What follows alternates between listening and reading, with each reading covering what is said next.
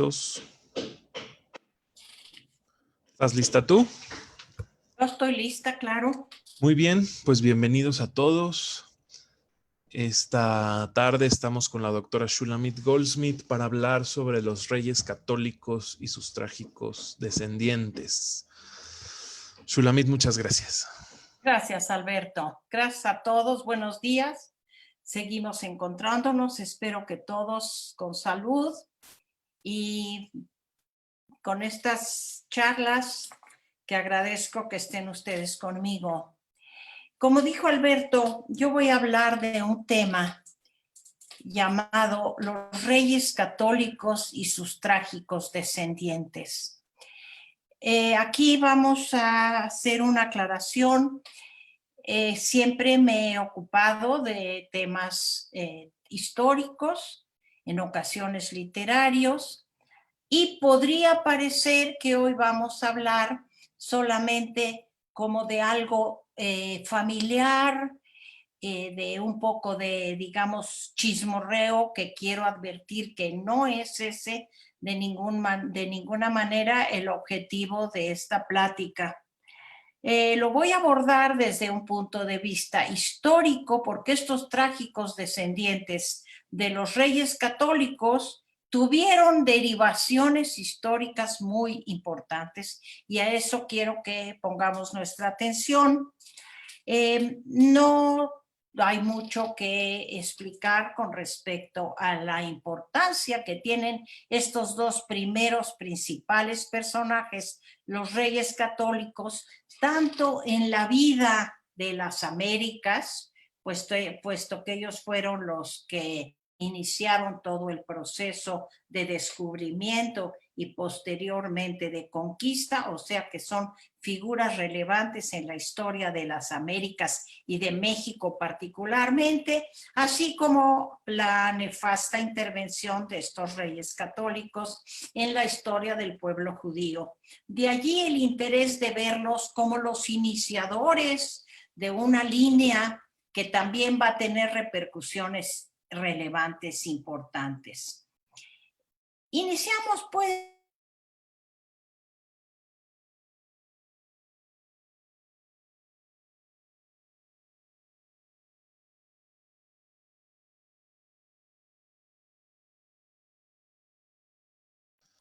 Parece ser que se congeló la imagen. Perdón, Shulamit. ¿Algo pasó? Sí, nos quedamos en que iniciamos. En que iniciamos con los reyes católicos. Sí, ya dije por qué es la relevancia de estos dos personajes, y vamos a empezar cómo acceden ellos al poder. Aquí voy a repetir algunos conceptos que di en este seminario reciente de la Inquisición, pero lo haré para este grupo de personas que me acompañan esta mañana.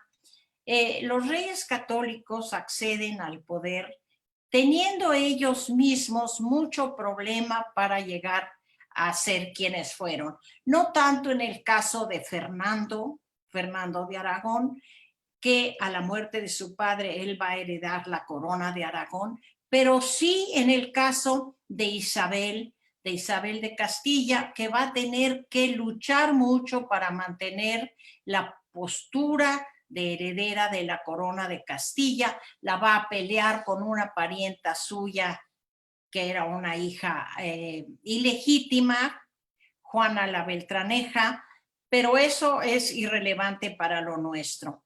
Lo que sabemos nosotros es que cuando se concreta el matrimonio de estos dos reyes católicos, va a resultar en un enorme logro. ¿Por qué? Cuando se unen los reyes católicos que durante siglos habían tratado de recuperar su península para el cristianismo, en estas épocas no es necesario hacer la distinción entre cristianismo y catolicismo, pero vamos a llamarlos para el catolicismo. Es un gran triunfo. Finalmente, la unión de dos reyes en un solo reino católico van a lograr la expulsión de los árabes y a buscar la limpieza de la península en cuanto a religiosidad. Eso ya nosotros lo sabemos, y de aquí va a derivar también lo que prosigue el día de hoy. O sea, estos reyes que se creen, y con razón, ¿verdad? No estoy justificando, pero hay que entender la psique de estos monarcas que logran, digo nuevamente, expulsar a los infieles, o sea, a los musulmanes. No solo tienen ese logro, sino como un premio extra, van a encontrar estas nuevas rutas comerciales que ellos piensan a las Indias, sabemos que es a la América, y el otro regalo es que van a recibir este nuevo mundo cargado de riquezas en minerales, en cultivos y en gente que se va a tener la idea si sí o si no son merecedores de la evangelización.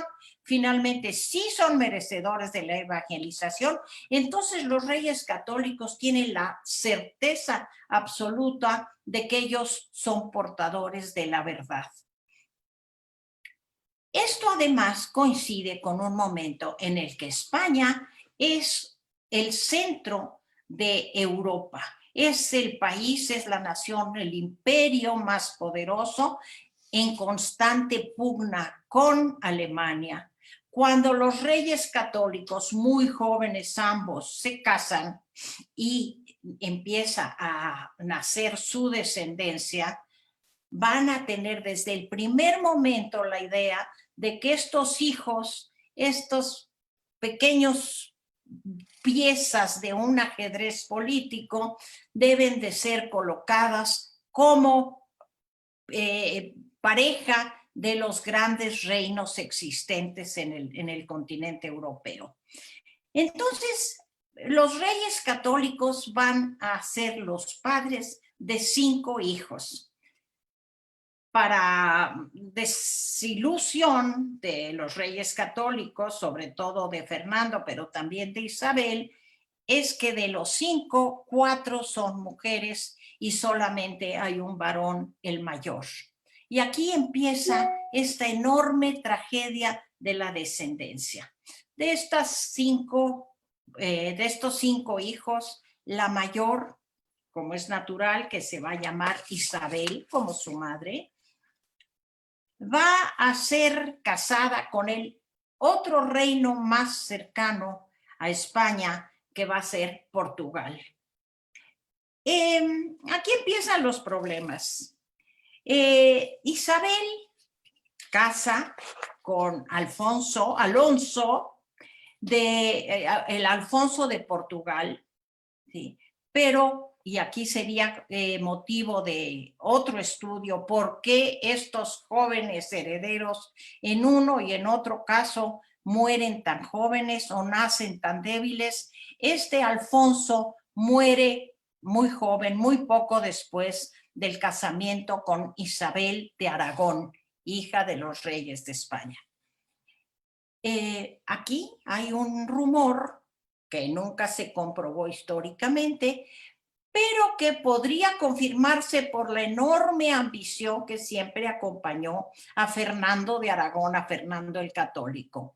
Se dice, tras bambalinas, que Fernando propició el asesinato, la muerte de su propio yerno Alfonso, porque le vio intenciones de apropiarse con la corona de Castilla en cuanto muriera Isabel. Muy complicado. Pero no se va a romper la alianza. Muere Alfonso, esta Isabel queda joven viuda, en un principio regresa a España, se vuelve una mujer muy católica como corresponde a ser la hija de quien es, y va a después a ser requerida nuevamente a casarse con el nuevo heredero de Portugal, un primo de Alfonso, el llamado Manuel I de Portugal, y se casa con él. Aquí el objetivo de mi plática, que es encontrar cuál fue la relevancia de estos hechos, pues se va a conducir a una muy importante para nosotros. Esta Isabel I, en su enorme radicalismo religioso, en su fanatismo religioso, no quería casarse primero con este primo de su primer marido. Accede a casarse y empieza a poner condiciones. Y una de estas condiciones que fue importante para nosotros es que pide la expulsión de los judíos del reino de Portugal. Así nos explicamos cómo, después de la expulsión de los judíos de España, que buscan refugio en el reino de Portugal y donde son admitidos en un primer momento, 10 años después, unos cuantos años después, se van a ver expulsados por el rey de Portugal y nuevamente se da el éxodo de los judíos de la península ibérica por completo. Esta mujer muere a los 28 años de edad. Se dice que nunca fue feliz, pero logró su capricho. El propio rey, y vamos a ver más adelante lo que sucede con otra hermana, no está muy convencido que deba de correr, de expulsar ni a judíos ni a moros, como le va a tocar unos años después. El rey está muy consciente del trabajo, del aporte económico que estas minorías llevan a su reino, pero en aras de estas alianzas matrimoniales logra Isabel de Castilla, Isabel de Aragón, hija de Isabel de Castilla, como reina de Portugal, expulsar a sus judíos. Muere muy pronto, va a quedar por ahí nuevamente un viudo. El que quiera hacer un árbol genealógico le avisoro, muy complicado trabajo. Bueno, voy a pasar al segundo hijo, al único hijo varón que van a tener los reyes católicos. Este joven se va a llamar Juan de Aragón. Juan de Aragón, muchas expectativas están puestas sobre de él, el heredero de este binomio poderoso, exitoso, cabeza de Europa, perdón. Y desde muy pequeño, aunque nace muy débil, pero desde muy pequeño se le va a concretar un matrimonio con una heredera de Flandes, o ya sea Alemania, Flandes, que lo va a relacionar con el muy fuerte también Sacro Imperio Romano Germánico, que vamos a ver qué va a suceder. Desde muy joven se le compromete con Margarita de Austria. Margarita de Austria tiene fama de ser una de las mujeres más bellas en Europa. Entonces, aparentemente es un lindo matrimonio, dos muy jóvenes, con el problema nuevamente de que él es muy débil y que poco tiempo, muy poco de tiempo después de concretarse el matrimonio, él muere. Juan de Aragón y de Castilla, a los 6 meses de su matrimonio con la heredera de Maximiliano de Austria, medio pariente nuestros, los mexicanos, se acaba el matrimonio y hay una esperanza porque ella queda preñada. Tengo que decir que le criticaban mucho a este Juan de Aragón, que se entretenía mucho en relaciones físicas con su bella esposa y su madre, Isabel la Católica, lo criticaba mucho esto, y dijo Isabel la Católica que debido a eso el joven se debilitó y murió. Lo que haya sido es que él ya se rompe esta alianza y queda la pequeña esperanza de que ella esté embarazada, pero, oh decepción, van a ser una niña no nata, o sea, muere al nacer, y esta alianza queda sin un descendiente, sin ninguna posibilidad de que la unión entre uno y otro reino se concrete. Claro que esto se va a tratar de ir solucionando poco a poco con nuevas alianzas entre viudas y viudos, como vimos que se llevó en Portugal. Repito, aquí estamos viendo cómo estos reyes y cómo la madre Isabel va a permitir, va a auspiciar que sus hijos sean piezas de ajedrez que sirvan únicamente para concretar, para afianzar el poder de España en Europa. Quiero regresar a la idea de que es en esta época cuando España está recibiendo todas las riquezas que provienen de sus nuevos reinos en América, sigue siendo muy fuerte, lograron limpiarla de cualquier herejía y entonces parece marchar a la cabeza de Europa. Obvio que es necesario afianzar esto con las alianzas matrimoniales. Voy a pasar directamente del segundo a la cuarta hija, porque voy a dejar la historia de la tercera hija, Juana, y la cuarta y la quinta hija, Catalina, para el final, porque son las que más importancia van a tener como propiciadoras de cambios en la historia, no solo de España, sino en la historia universal, como vamos a ver. Fíjense, el caso de María, que es la cuarta hija, ya hablamos de Isabel, la que fue de Portugal, de Juan, el segundo, que se casó con la de Austria y murió rápidamente. La tercera, Juana, la voy a dejar para el final. Y María, aquí. María, cuando muere su hermana Isabel, reina de Portugal, pues ahora se va a tener que casar con el viudo que se quedó vacante en Portugal, porque el contrato con Portugal se quedó trunco. O sea que este señor Manuel primero, ¿sí?, de España, de Portugal, va a ser 2 veces yerno de Fernando.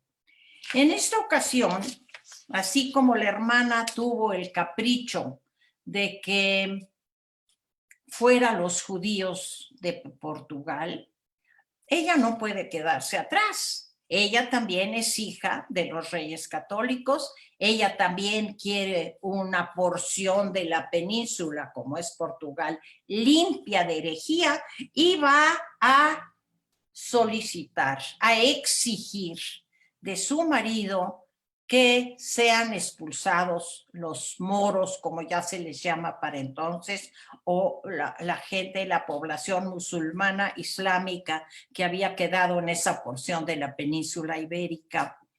Nuevamente el rey de Portugal se resiste porque nuevamente está consciente de la sangría económica que esto va a resultar.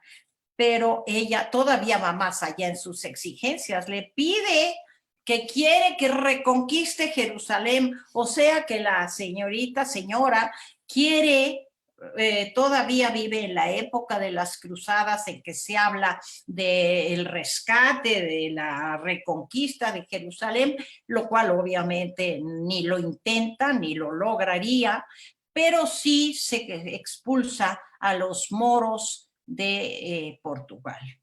Esta mujer sí va a vivir, va a tener 10 hijos, va a haber 10 descendientes de este matrimonio, de los cuales no voy a hablar, pero que van a tener también algunos que mueren muy jóvenes, otros que uno de ellos va a tener una relevancia porque se va a casar con un primo suyo del que hablaré más adelante, y que va a ser un monarca muy importante. Así que entonces aquí ya tenemos estos 3 hijos, la primera, el segundo y la cuarta, que sí, María, esta cuarta hija, si logra afianzar la unión con Portugal. Les va a ser muy complicado, pero sería materia de otro momento. Y como les digo, va a tener su descendencia, a su vez, una fuerte relevancia en la historia, no solo de la península ibérica, sino también de América, porque va a ser, se los voy a decir, va a ser la madre de una de las mujeres que se va a casar con Carlos I de España, Carlos V de Alemania, del que hablaré un poco más extenso en un minuto más.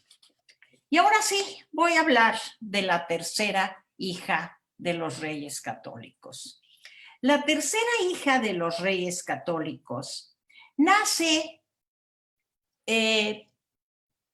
poco tiempo. Todos los hijos van a ser rápidamente concebidos, rápidamente nacidos, y ella va a vivir una larga y trágica vida. Ella también es prometida desde muy joven con Felipe, el heredero de Flandes. Nos acordamos que la unión con Margarita, la Bella de Austria, no se logró porque murió Juan. Y aquí hay manera de restaurar esta unión con esta zona europea que es en esa época muy fuerte, sobre todo en comercio marítimo, Flandes y Austria y toda esa zona que no tenía la división política que tiene hoy, pero que lo podemos ubicar. Aquí se va a poder rehacer lo que se quedó trunco con la muerte del hermano Juan.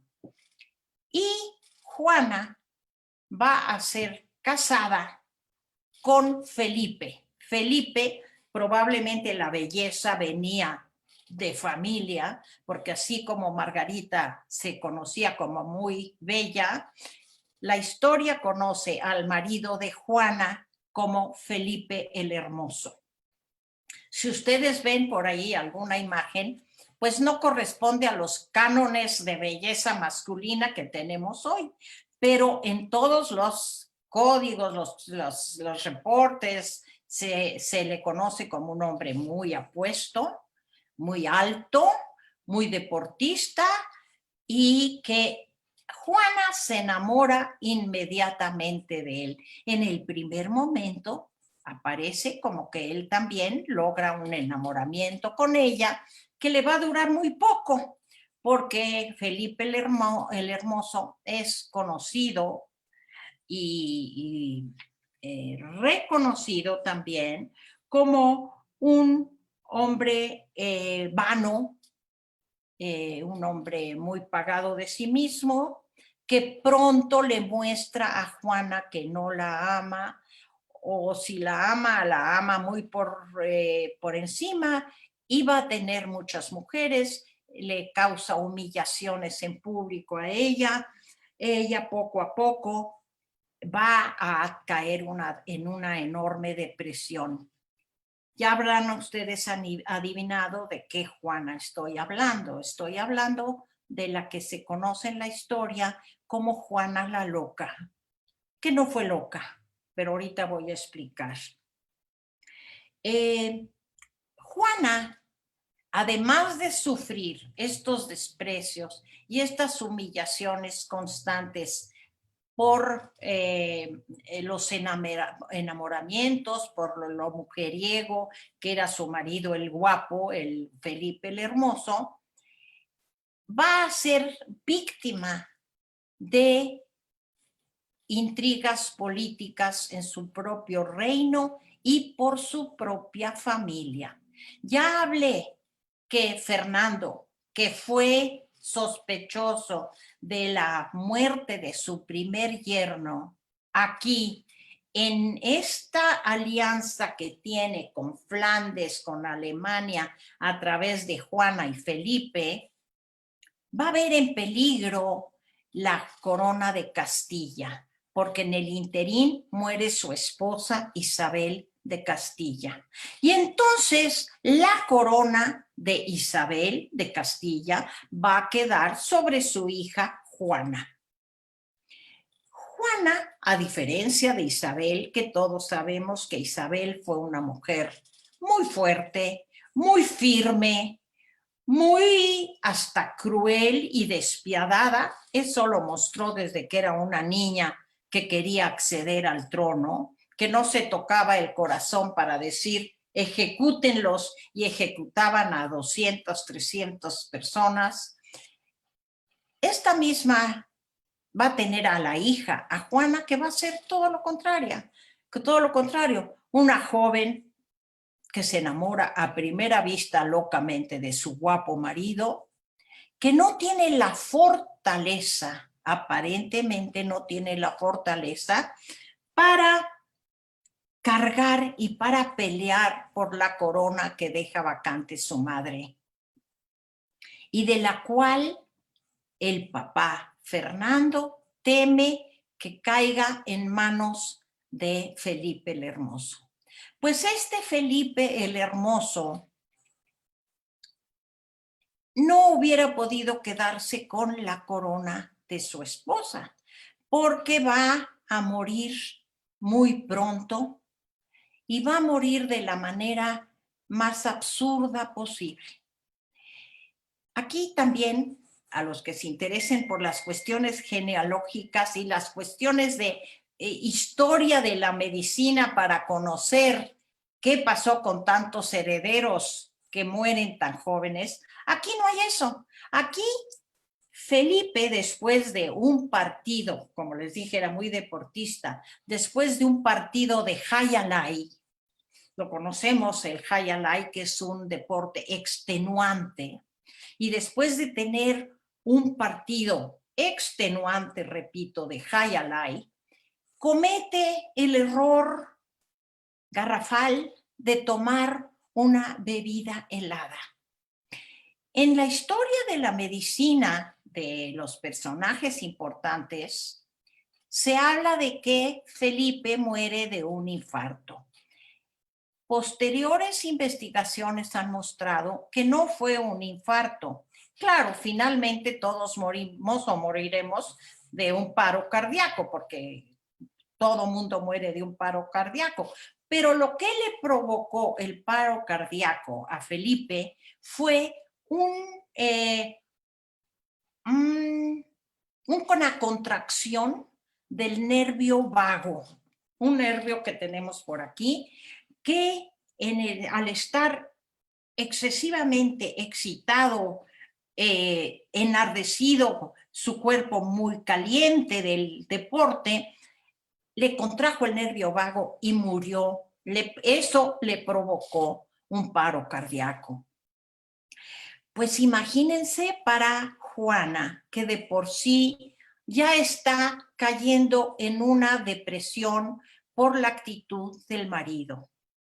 Imagínense el impacto que esto va a tener sobre Fernando, el suegro de Felipe, padre de Juana.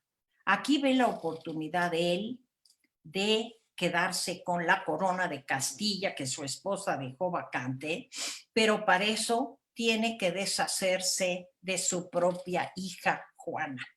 Y Juana no tiene la fuerza, como les dije, como la hubiera tenido su madre seguramente, no tiene la fuerza para pelear. Juana, para entonces, aparte de lo humillada que estaba, sí tenía una estrellita a su favor. Había dado a luz a un hijo varón. Entonces, cuando Felipe II muere y Juana es marginada, hecha a un lado por completo, declarada incapacitada porque está loca, todas las esperanzas van a caer sobre el hijo de Juana y Felipe, que va a ser Carlos. Pero Carlos para entonces es muy jovencito y Carlos no puede, vive en Alemania, ni se imagina todavía lo que le viene encima, ni siquiera sabe español, va a aprender español hasta cuando tiene 18 años, pero a Juana la marginan por completo y fíjense las paradojas de la vida. Juana va a vivir hasta los 73, 74 años, pero considerada loca, sin poder ni acercarse al reino, ni acercarse a su propio hijo. Y mientras su padre Fernando el Católico, concreta, consolida su ambición y va a reinar mientras su nieto Carlos es declarado rey, es nombrado rey. Aquí otra cosa importante es que Fernando se va a aliar para gobernar con el tristemente famoso cardenal Cisneros, uno de los grandes inquisidores, y con él va a mantenerse en el poder hasta que va a ser el momento en que su hijo Carlos va a ser declarado rey, que es cuando tiene aproximadamente 16 años. 16 años, pues es muy joven, pero acordémonos que están criados y enseñados para asumir el trono. Y entonces, a esa corta edad, Carlos va a llegar a España a aprender el español y aprender a ser el rey de España. Aquí sí ya él va a ser el heredero de la corona de Aragón, de la corona de Castilla, de Alemania, de Austria, de Flandes. Perdón. Todos hemos oído hablar de Carlos. Carlos I de España, Carlos V de Alemania. De este rey, de este monarca, se dice y se conoce como el rey en cuyo reino no se ponía el sol. ¿Qué quiere decir esto? Y es muy acertada esa apreciación. Cuando en su reino España, Austria, Alemania, parte de Portugal, cuando en ese reino está el sol poniéndose, está saliendo el sol en América, que también es parte de sus terrenos, de sus territorios, de sus reinos. Entonces, por eso es conocido como el rey que tiene un espacio para gobernar en el cual nunca se pone el sol. Carlos, que va a casarse con una prima hija de aquella tía de Portugal, va a tener un largo reinado y un reinado positivo. Hay que elucubrar si el hecho de no haber sido educado dentro de la rigidez religiosa que permeaba a España le dio una mayor tolerancia, mayor aceptación, y durante su época España va a subir mucho en la escala frente a los otros reinos. Sigue la enemistad con Francia por la predominancia europea, pero vamos a ver qué va a pasar con los otros. Aquí por lo menos tenemos al que es de España, Portugal, Alemania, Flandes, Austria. A sus últimos años, que no eran muchos porque no vivió tan grande, murió como a los 60 y pico de años, que para entonces era una edad considerada mucho más avanzada que lo que es hoy. Hoy un hombre de 60 y pico de años es un hombre joven, no entonces. Él se retira como que siente que terminó su momento de gobernar y lo va a delegar en su hijo Felipe II. Oh, error, pero de eso vamos a hablar dentro de un momentito. A todo esto, repito, Juana va a llegar a una edad avanzada.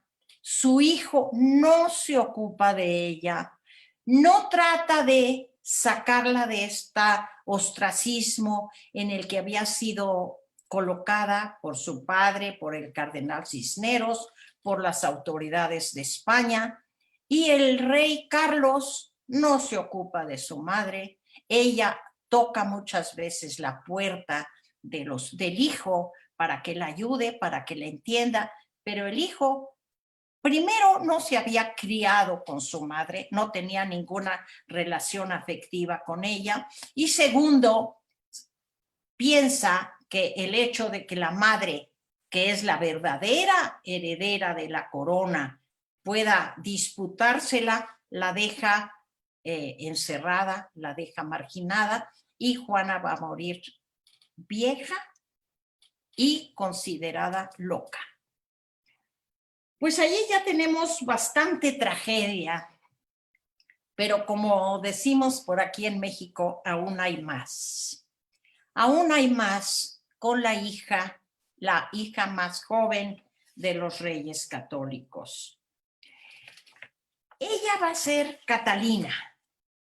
Catalina de España, Catalina de Aragón y de Castilla. Se le conocía más con el nombre del padre, pero se sabía que era la hija más joven de los reyes católicos, a la cual desde que tiene unos pocos años, creo que 4 o 5 años, es prometida a el rey Arturo, al descendiente Arturo de los reyes de Inglaterra. Nuevamente, y aquí ya sabemos qué es lo que aflige a las casas reinantes de esta época. Como todos son primos, de alguna manera son primos, permea la hemofilia. Aunque no hay algunos libros que atribuyen a la hemofilia en el hijo del zar, lo sabemos, pero en algunos de los reyes de Inglaterra lo sabemos, pero no hay la certeza que eso es lo que va a afligir a todos estos descendientes de estas casas coronadas. Pero el hijo mayor del rey de Inglaterra, que en aquel entonces, recordemos, todos son católicos, va a ser prometido desde muy pequeño a la muy pequeña Catalina de España.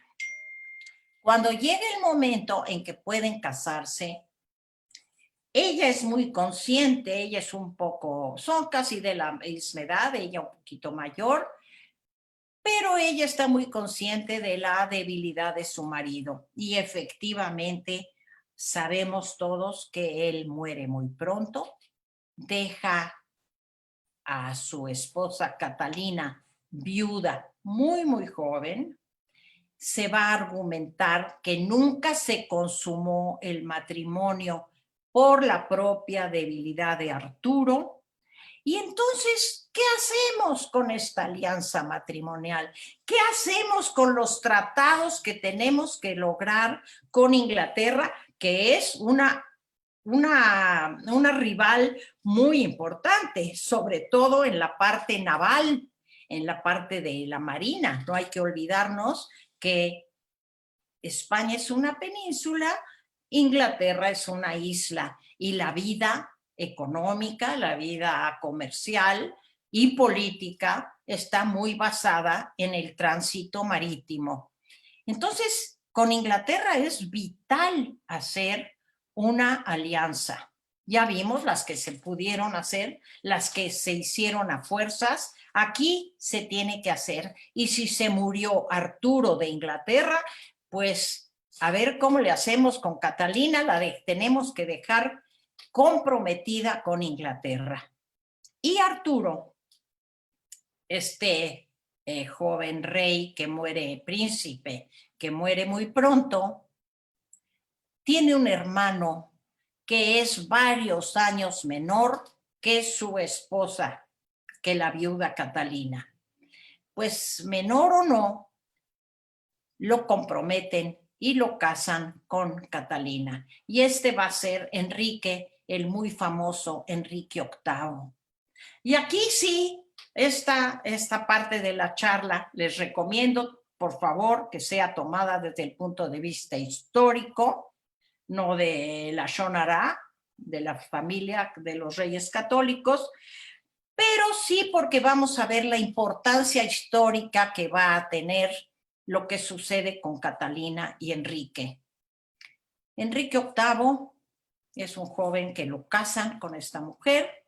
No había tanta diferencia, no era tan grande ella, en una etapa, una edad en la que eso podría hasta haber sido atractivo, como lo fue para Enrique.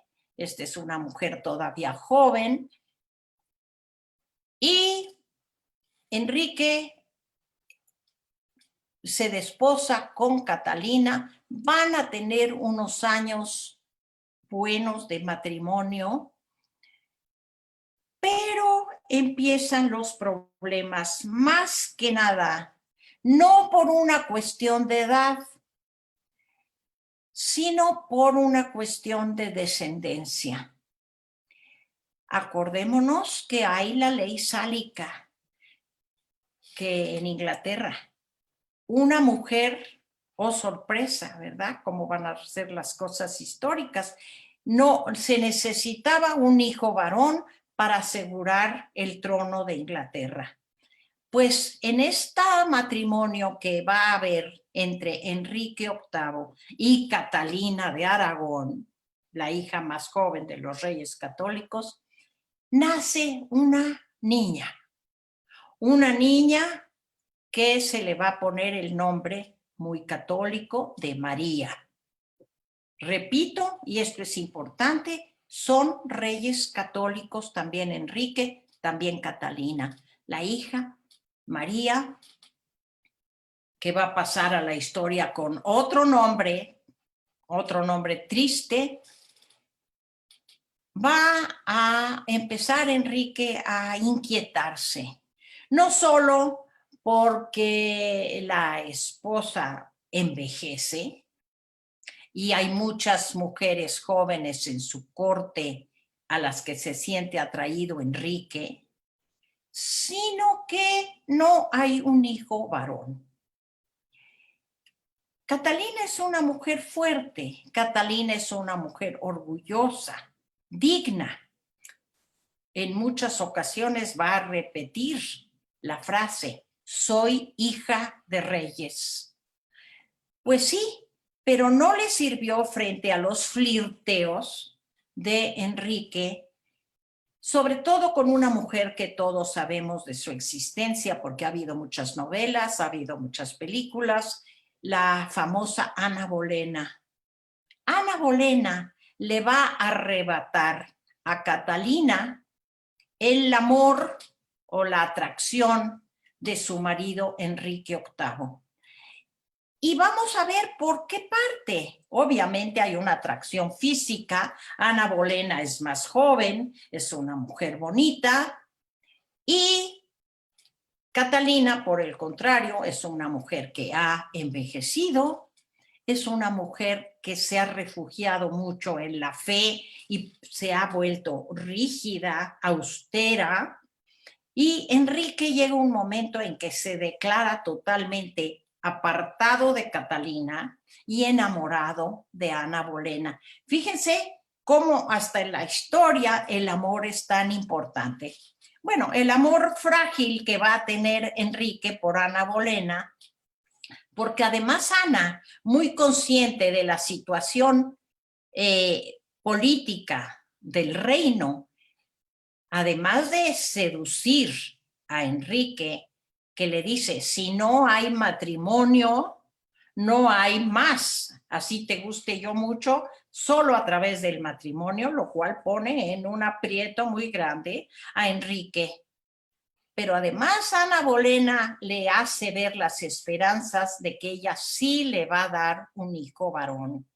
Esto va a apresurar a Enrique a buscar el divorcio. Aquí entra la parte religiosa e histórica, porque nadie en ese momento se hubiera atrevido a pensar en un divorcio entre reyes ambos católicos. El rey Enrique la desecha, dice que a él lo engañaron porque lo casaron con la viuda de su hijo, de su hermano. Ella argumenta, como les digo, ella no se deja, y ella argumenta que el matrimonio nunca se consumó, que ella fue virgen al matrimonio con Enrique, por lo tanto el matrimonio de ellos sí es válido. Él argumenta que no, y este asunto va a dar hasta el Papa. Primero a las autoridades religiosas de Inglaterra, católicas, y como no se resuelve, a pesar de que Catalina tiene aliados muy importantes, como van a ser Erasmo de Rotterdam o Thomas More, gente muy fuerte que aboga a favor de ella y de la inexistencia del divorcio. El asunto llega al Papa y entonces Enrique se ve ahogado. ¿Y qué va a decidir? Aquí va a ser un paso que, como les digo, de una enorme relevancia histórica. Enrique decide que no va a hacer caso del Papa. El Papa era la autoridad máxima en la Europa de todos estos países. Está empezando apenas las divergencias religiosas. Estamos en el siglo en el que va a aparecer Calvino, en el que va a aparecer el muy famoso de Lutero. Y aquí Enrique se atreve a dar un enorme paso y rompe con el Papa. Y dice, de hoy en adelante, la máxima autoridad religiosa, no solo política como es el rey, sino la máxima autoridad religiosa ya no va a ser el Papa, ya no va a ser el cardenal, ni el arzobispo, ni el obispo. La autoridad religiosa en Inglaterra soy yo, rey de Inglaterra. Hasta el día de hoy, la reina Isabel de Inglaterra es la máxima autoridad religiosa. Entonces, el catolicismo de Inglaterra se va a convertir en anglicanismo, o sea, la iglesia anglicana es la que va a permear.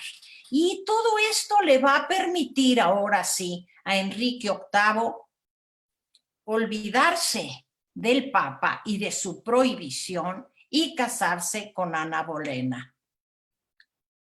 Ana Bolena ya no me correspondería decir, porque no es descendiente de los reyes católicos, pero está relacionada. Ana Bolena sabemos que es conocida como Ana de los 1000 días, porque Ana solo va a durar como esposa de Enrique 3 años, no le da un hijo varón, le da una hija que se va a llamar Elizabeth y tiene un hijo que muere también al nacer, un nonato, y entonces se le arma una intriga a Ana y le cortan la cabeza. Ya sabemos que entre los ingleses las cabezas rodaban como bolas de fútbol. Entonces aquí lo que nos interesa es Catalina. Catalina, cuando es desechada como esposa de Enrique, es encerrada en la Torre de Londres. Le fue bien, no le cortaron la cabeza, vivió bastantes años encerrada en la Torre de Londres, crió allí a su hija María y es testiga, ahora ya se puede decir testiga, antes nomás podíamos decir testigo, pero ahora ya se acepta decir testiga del cambio religioso que se va a operar en Inglaterra, como de una población católica, apostólica romana, va a cambiarse a una población anglicana. Y ahí es donde vemos el enorme cambio y el enorme impacto histórico que va a tener esta historia de amor, desamor de Catalina. ¿Por qué? Porque además, en este cambio, muchos estaban de acuerdo. Muchos no estaban de acuerdo. Muchos prefirieron o se dejaron llevar por la corriente del anglicanismo o estuvieron de acuerdo en que no tenemos por qué tener un poder religioso extranjero desde el Vaticano, desde Roma, aquí en Londres, en Inglaterra. Pero muchos no. Muchos quisieron continuar siendo católicos y cuando muere Enrique VIII después de varios matrimonios que no le dieron un hijo varón, tiene que subir al trono María, la hija de Enrique, con Catalina la Española, una mujer como su madre, muy católica, que ve con horror cómo la población ha cambiado su religión, y entonces es cuando adquiere su tristemente famoso nombre de María la Sangrienta o Bloody Mary, porque empezó una guerra civil en la que nuevamente, como les digo, volaron cabezas, muchas cabezas, en aras de retraer a Inglaterra al catolicismo. Ven ustedes la relevancia histórica en la historia de Inglaterra. Aquí sí, hay un asesinato, María muere, María Bloody Mary, muere misteriosamente. Se argumenta igual que de esta guerra religiosa alguien se alió con la otra hija de Enrique, con Elizabeth, y envenenaron a María.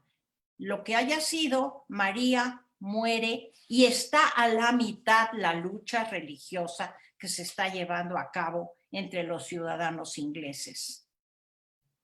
Sube María al trono. Hubo un hijo, hubo un hijo de Enrique que también muere muy pronto. Sube María y luego finalmente va a subir al poder Elizabeth. Elizabeth ya no tiene nada que ver con España, nada que ver con Catalina más que una animadversión que probablemente fuera más que antipatía, quizás hasta odio, ¿verdad? Y va a regresar a su población inglesa al anglicanismo y continúa esta guerra religiosa civil en Inglaterra.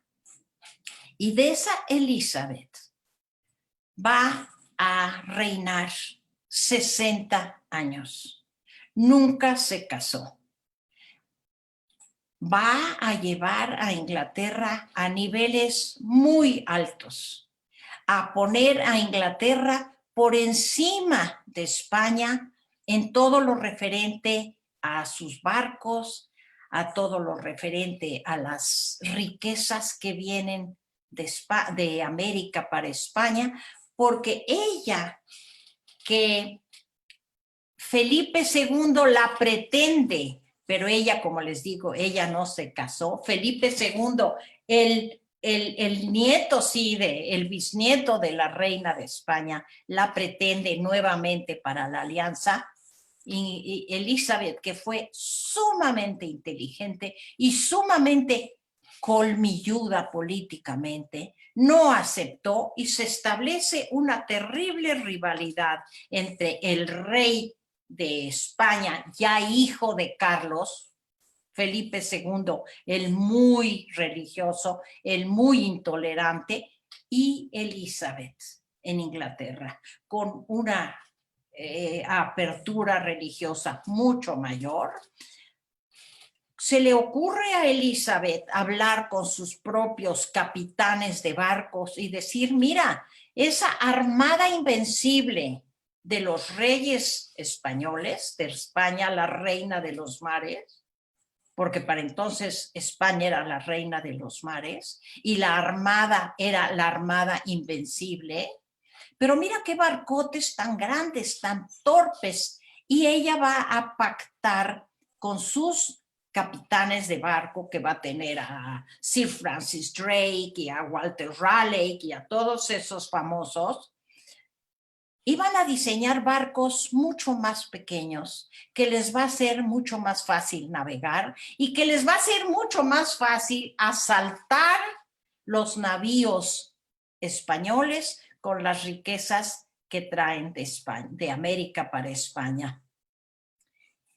Y pues ahí termina, no termina la historia continúa mucho más allá, mucho, muy interesante, pero aquí podemos terminar ya la de los descendientes trágicos de los reyes católicos. Muchas gracias. Creo que me comí la hora completa, Alberto. No sé si hay tiempo para preguntas. Sí, sí tenemos tiempo, Shulamit. Si alguien quiere hacer una pregunta, ya saben que pueden escribirnos en el chat, en la sección de preguntas y respuestas, o bien levantar la mano para que les abramos el micrófono. Veo aquí a YJ6 más Shulamit. Si quiere desbloquear tu micrófono para que te podamos escuchar. Mientras tanto, te voy mandando saludos de Celia Zuckerman. Desde Haifa, gracias. Desde Celia. Haifa, muy interesante, dice la misma Celia, muchísimas gracias. Amelie Beraja nos dice extraordinaria como siempre. Gracias. Vamos a abrir el micrófono a Bella. Te escuchamos, Bella. Por favor, abre tu micrófono. Mientras tanto, te pregunto uno, ¿la declaración de Juana como loca fue real o una campaña de difamación? Sí, en realidad tú lo acabas de catalogar muy bien. Fue una, ¿cómo le dijiste? Como una difamación, una campaña de Campaña de difamación. difamación, nos dice. Sí, porque mira, Juana no era una mujer loca, aunque, olvido decir algo muy importante, cuando muere Felipe, Juana lo manda embalsamar y lo sube a un carruaje y lo lleva por toda España a que su amado Felipe se despida de España. Y llegaba Juana con este enorme cortejo, con un ataúd, con un hombre embalsamado, y esto lo consideró el pueblo como un acto de locura. Mira, catalogar la locura médicamente, pues no se hizo, no hay, como les digo, hay historiadores de la medicina y de las enfermedades. Los historiadores nos dedicamos a todas las minucias, pero no hay una declaración explícita de Juana como una mujer loca. Lo que sí era una mujer deprimida, una mujer que, como les digo, tuvo estas acciones que solo se podían catalogar como loca. Fue el pueblo el que le puso Juana la loca, ¿sí? Así le puso el pueblo español cuando ella traslada este féretro por aquí, por allá. Después, en su enclaustramiento, se convierte en una mujer descuidada, desaliñada. Cuando ella quiere ver a su hijo, a Carlos, busca todas las maneras directas e indirectas que también son catalogadas como locura. En fin, es muy difícil decir si realmente tuvo una enfermedad mental, si realmente fue loca, porque creo que en general hoy con los avances de este tipo de medicina hay muchos términos para catalogar la locura. Ahora sí, Bella, Por favor, abre tu micrófono. Sí. Hola. Hola, Hola.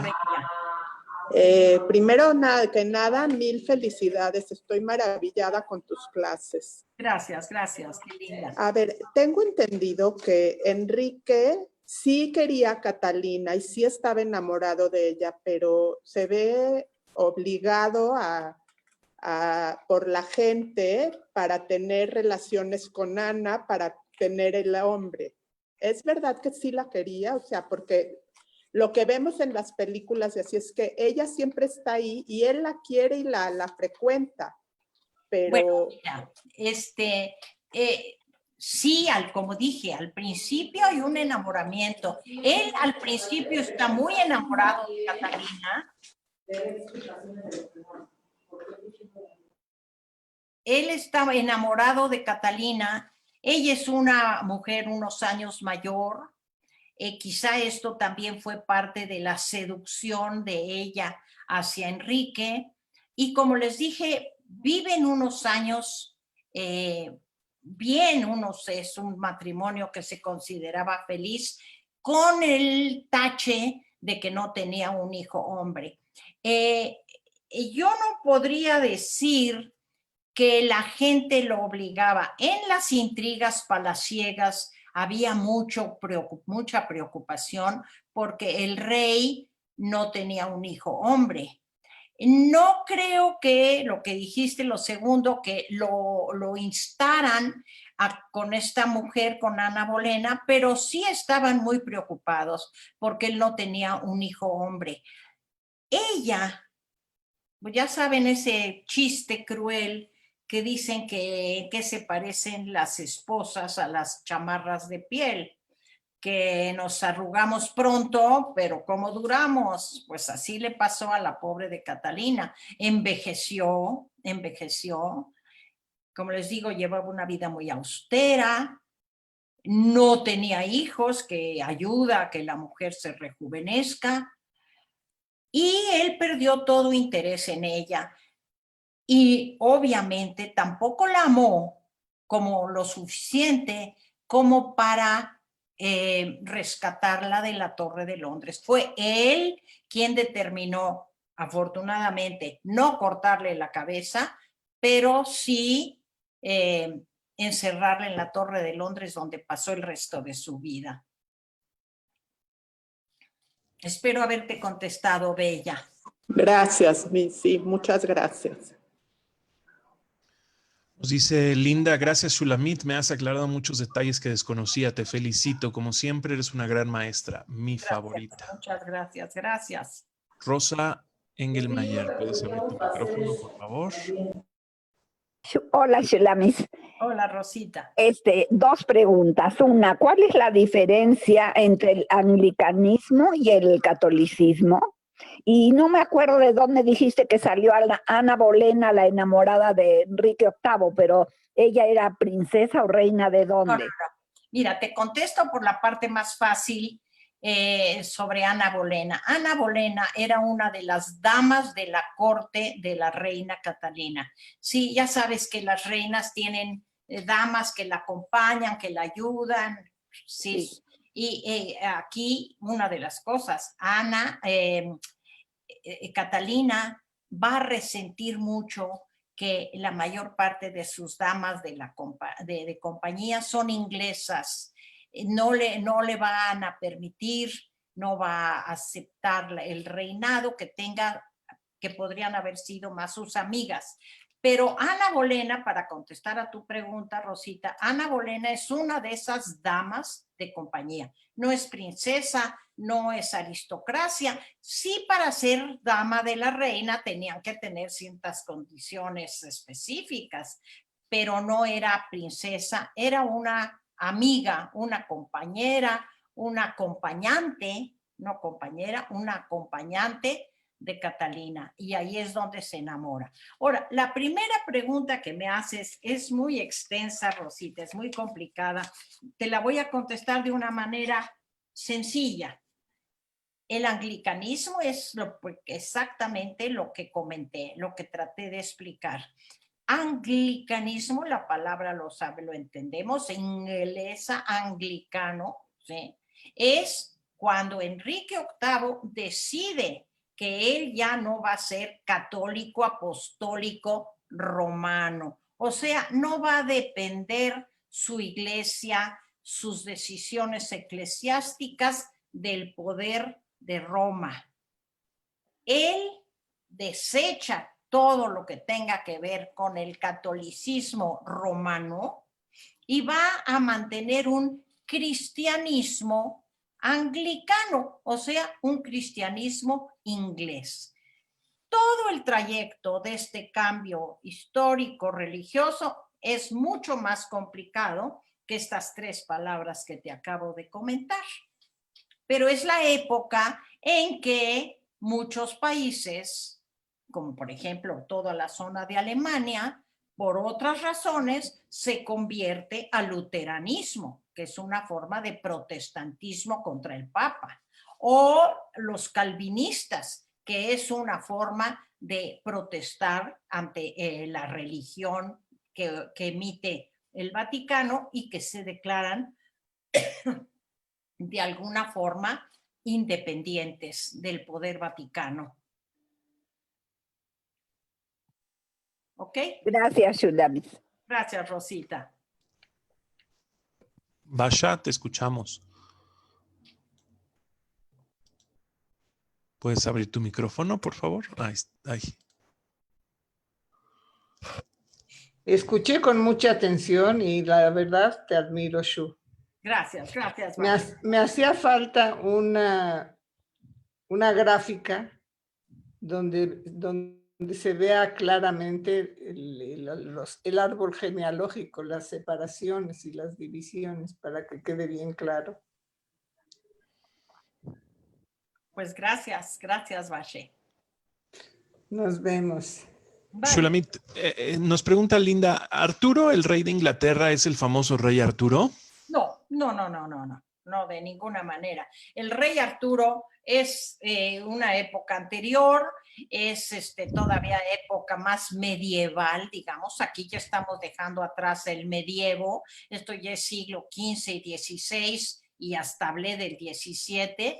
Sí, pero acuérdense que los nombres se repiten porque hasta el día de hoy el príncipe Carlos y el príncipe Henry, el pelirrojito de ahora, todos repiten sus nombres. La propia Elizabeth de hoy es del mismo nombre, aunque no directamente el mismo rama, pero el mismo nombre de la Elizabeth I, esta es Elizabeth II. Entonces Arturo es un Arturo, no podría haber sido de ninguna manera Arturo, el gran rey Arturo, porque como les digo, era débil y murió muy jovencito.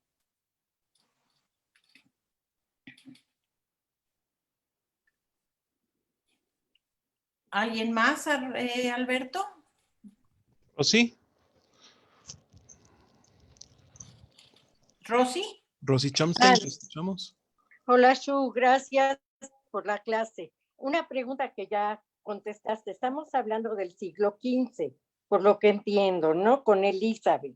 15 y 16, no. Elizabeth ya es mucho más adelantado. El 15 es los reyes católicos, porque acuérdate que los siglos son 15 significa 1400. Claro, cuando expulsaron a los judíos. Sí, 1492. O sea, fines del siglo XV están los reyes católicos en apogeo. Los reyes católicos suben al poder en 1497, o sea, 1479. Y en 1492. En 1492 es cuando se expulsa a los judíos. O sea, en pleno apogeo de los reyes católicos. Échale las generaciones para adelante para poder ubicar a la otra Elizabeth, ¿sí? Ya son 15 y 16. Claro. Ahora, de esta Elizabeth, que no tuvo hijos, pero de alguna manera los actuales reyes, ¿son descendientes de ella o de alguna familiar de ella. No. ¿No? No, mira, para empezar, como dices, ella no tuvo hijos. Va a haber nuevamente una guerra civil por la famosa María Estuardo, que es otra historia interesantísima, que es una heredera católica que la quieren imponer. En fin, que la historia de Inglaterra es sumamente interesante, pero hay cambio de dinastías, tanto en Inglaterra como en España. Hay cambios de los Tudor, por ejemplo. Tudor era Arturo era un Tudor, y hay Habsburgos en Austria. Son muchos, hay libros muy interesantes, Rosy, sobre esta cuestión genealógica y de las dinastías, que algunas todavía son las mismas y que podemos ver, si le buscamos, el propio rey Felipe de hoy, está emparentado con alguno de los últimos que quedaron del zar, y está emparentado probablemente también con el pelirrojito Enrique, y el otro, el esposo de Kate. En fin, hay árbol genealógico, pero está más difícil que el de 100 años de soledad. Gracias, Shu. Nada.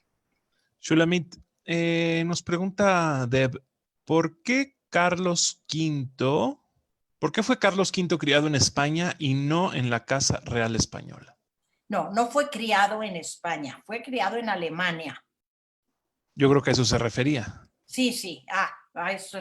Sí, Carlos el primero es en España.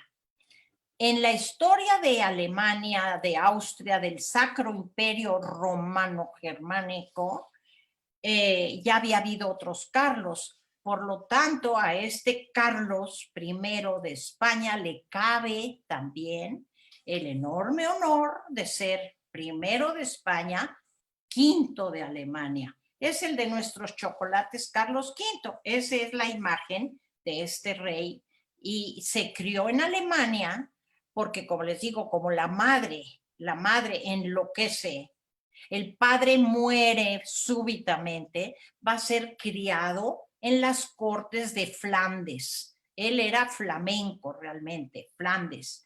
Y cuando va a asumir la corona de este imperio, que incluye al Imperio Español, se le trae a España y se le pone el nombre de Carlos I de España.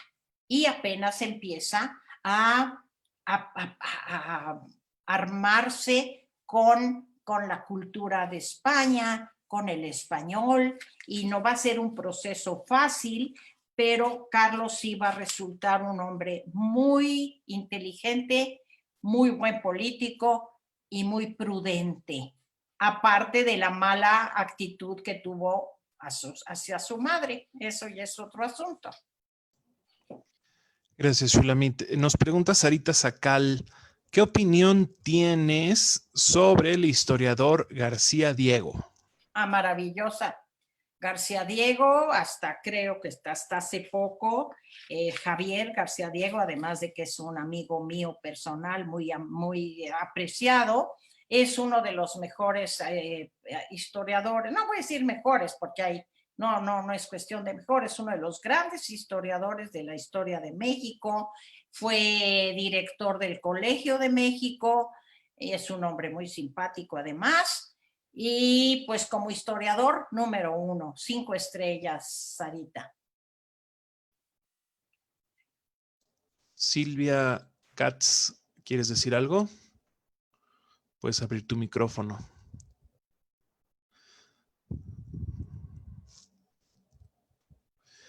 Mientras tanto, te pregunto, Shulamit, ¿qué cambia la ley sálica en Inglaterra? Enrique VIII, al ver que no tiene descendencia. Sí, mira, la ley sálica había tenido diferentes variantes. La que es muy rígida va a ser en Francia. Allí hay mucho más rigidez en cuanto a tener a una mujer como reina, pero estamos viendo que en un país tan rígido como fue la España de los reyes católicos, pues la propia reina era mujer, ¿sí? Y luego, cuando no hay heredero en Inglaterra, pues primero es Mary Bloody Mary, y después va a ser Elizabeth. Y entonces ya se dan cuenta que una mujer, con Elizabeth sobre todo, que una mujer puede ser una gran conductora de un país, porque les digo, Elizabeth, que era bastarda, ¿sí? Porque la iglesia nunca aceptó el matrimonio de Enrique con Ana Bolena, a pesar del anglicanismo. Muchos la siguieron considerando en la corte como una mujer bastarda, como una advenediza, y va a ser la gran reina de Inglaterra. No sé si por cuales se le ocurran también muchas razones por las cuales ella no se casó, pero probablemente para evitar algunos conflictos, aunque los conflictos los va a tener después con María Estuardo.